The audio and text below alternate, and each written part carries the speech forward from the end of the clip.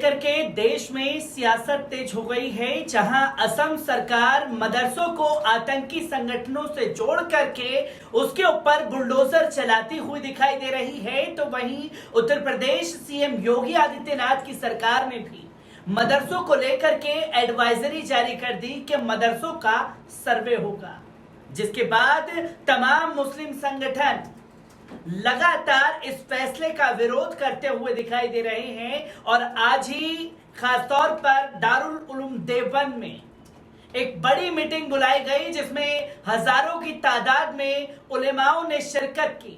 और जो असम सरकार मदरसों के साथ खिलवाड़ कर रही है, योगी सरकार का जो फरमान मदरसों को लेकर के जारी हुआ है, उस पर कई अहम फैसले लिए गए।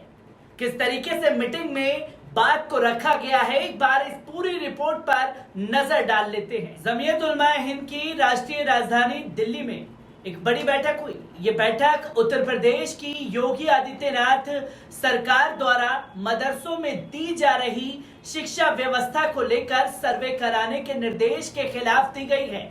इस बैठक को मौलाना महमूद मदनी ने बुलाया था। ये मीटिंग जमीयत के दिल्ली कार्यालय में हुई है और इसमें यूपी के बड़े बड़े मदरसों से जुड़े लोग शामिल हुए।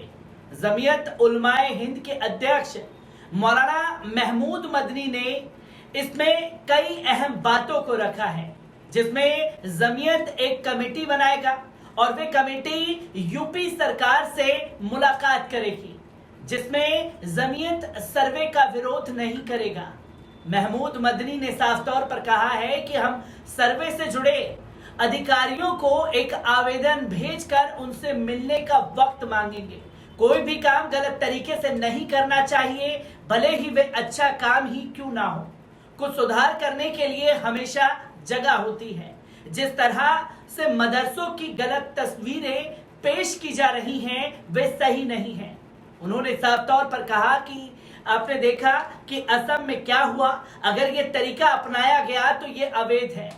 बता दें कि उत्तर प्रदेश की योगी आदित्यनाथ सरकार ने यूपी के गैर मान्यता प्राप्त मदरसों का सर्वे करने के निर्देश दिए थे।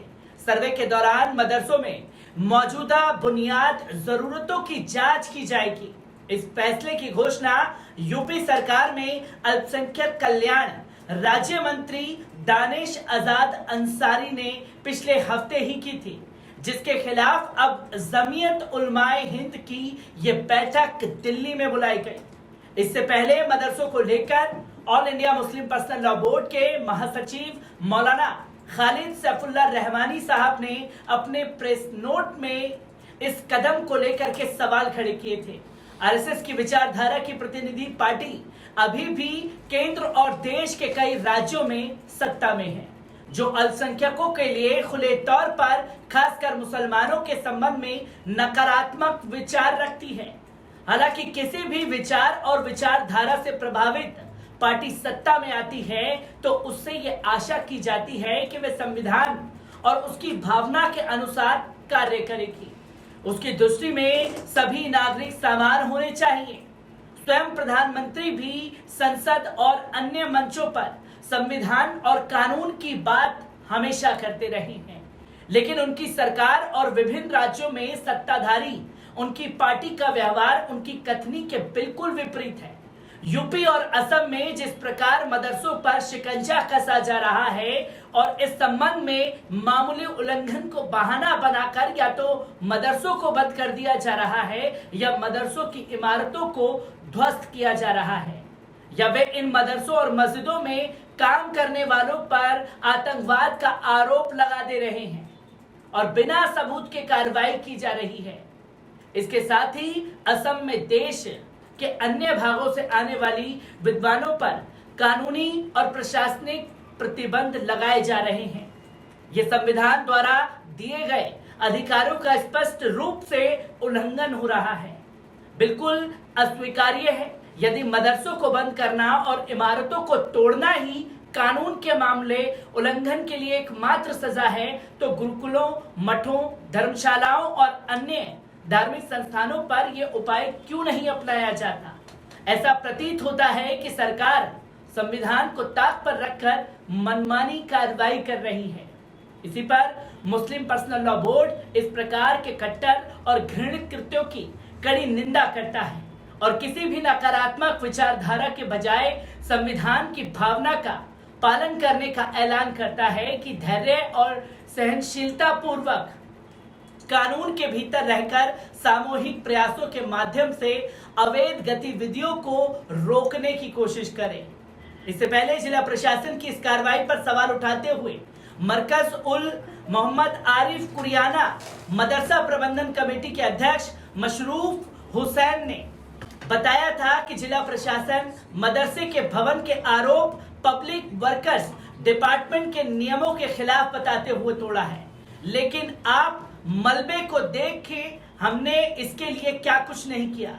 मजबूत सामग्रियों का इस्तेमाल किया था। इस भवन के निर्माण से पहले हमने यहाँ की मिट्टी की जांच करवाई थी और पंचायत के प्रमाण पत्र से लेकर सभी सरकारी निर्देशों का पालन भी किया था।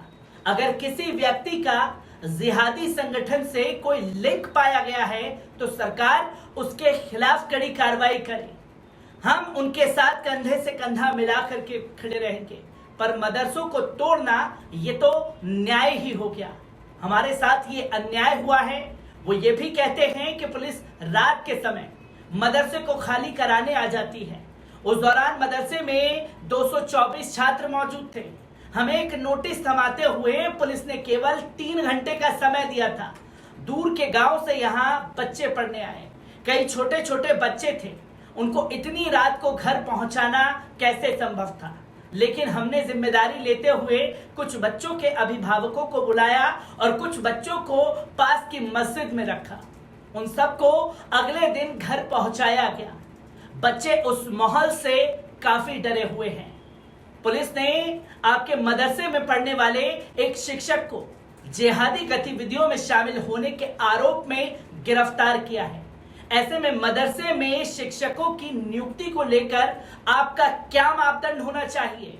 इस सवाल का जवाब देते हुए मुशर्रफ हुसैन कहते हैं, जिस शिक्षक को गिरफ्तार किया गया है वो व्यक्ति इसी गांव का निवासी है।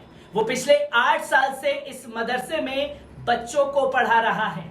हमारे मदरसे में 17 शिक्षक हैं और हम उनके कामकाज पर पूरी तरीके से नजर रखते हैं ताकि वो हमारे यहाँ बच्चों को अच्छे से पढ़ाए। लेकिन कोई व्यक्ति मदरसे के बाहर क्या कर रहा है उस बारे में हमें कैसे पता चलेगा? हम जिहादी कार्य में लिप्त किसी व्यक्ति का समर्थन नहीं करते। जब पुलिस उसको पहली बार पूछताछ के लिए बुलाकर ले गई थी तभी हमने उसे मदरसे से निकाल दिया था। हम चाहते हैं कि अगर उस व्यक्ति का किसी भी जिहादी संगठन से संबंध है तो सरकार उसको फांसी की सजा दे, लेकिन उसके लिए मदरसे को तोड़ देना उचित नहीं था। हमने सरकार से, प्रशासन से बहुत अनुरोध किया, लेकिन इस मदरसे को हम बचा नहीं पाए।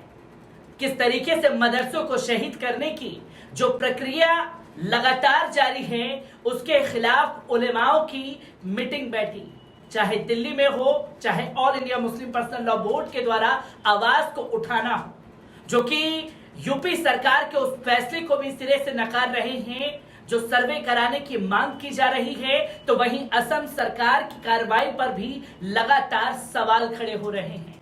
जहां देश के प्रधानमंत्री द्वारा एक नारा 2019 में दिया गया, सबका साथ सबका विकास और सबका विश्वास जीतने की बातें कही थी, पर इन्हीं के चुने हुए जो नेता हैं वो इसी की धज्जियां उड़ाते हुए दिख रहे हैं।